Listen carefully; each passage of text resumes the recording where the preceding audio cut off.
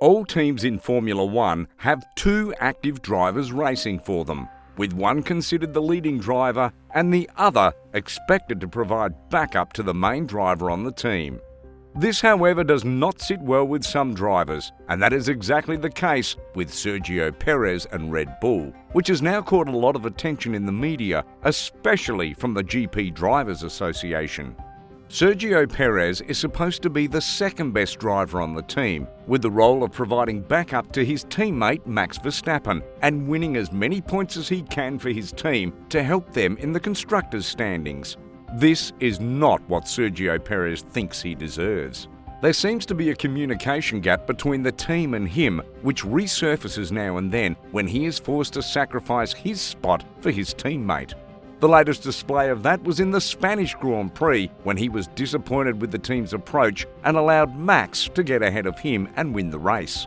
In this video, we are going to look at the situation between Sergio Perez and Red Bull and the comments that GP Drivers Association has given regarding the situation. Making it to Formula One is itself a seemingly impossible task, and when a driver does make it there, he wants nothing but the top spot.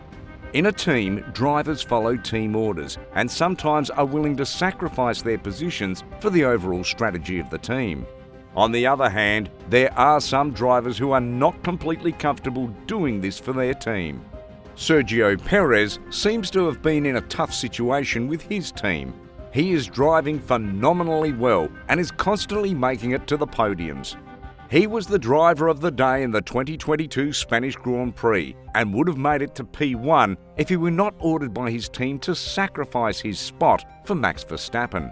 Showing his disappointment in a rather clandestine manner, after the race he said, "I only feel that in the first stint, when I gave the position to Max, that I was told that I was going to get it back. And when I was on the two-stop, I felt that I could have gone through Max and George a bit earlier to try to make the strategy work.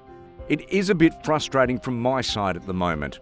I thought at the time I could go by and not lose a crucial second to make my strategy work. I'm happy for the team, but we will speak later. There are a few things to discuss internally, just to see what went on, because obviously when you are driving, you don't understand much of the bigger picture." Max at that point had 85 points and was clearly not very far ahead of Sergio Perez in the standings, who had 66 points. And this caught everyone's attention in the world of Formula One, as the GP Drivers Association stepped into the scene and made their remarks about the situation.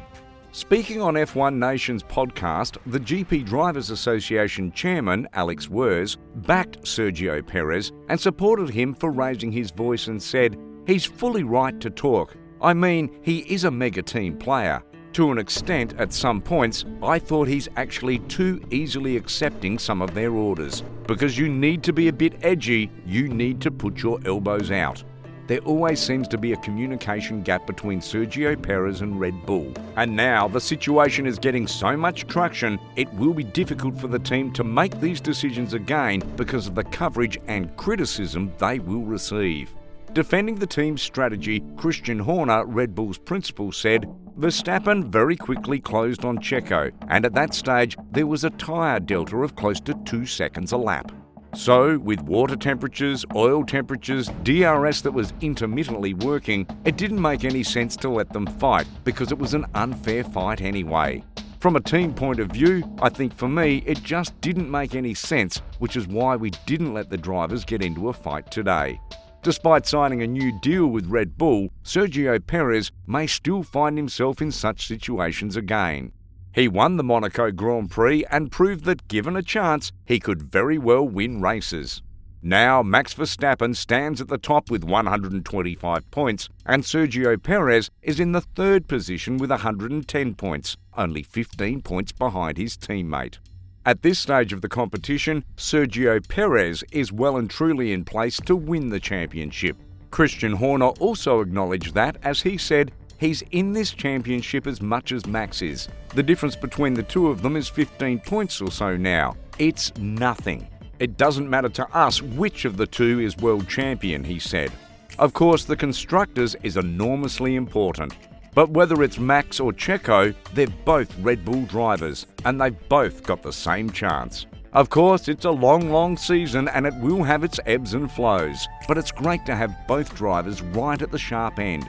Checo is in the form of his career. He's doing a great job, and it's not a one-off. I mean, we saw his pole position in Jeddah, and he's really hitting a rich vein of form. So that's fantastic for us. But we need both drivers working the way they are together.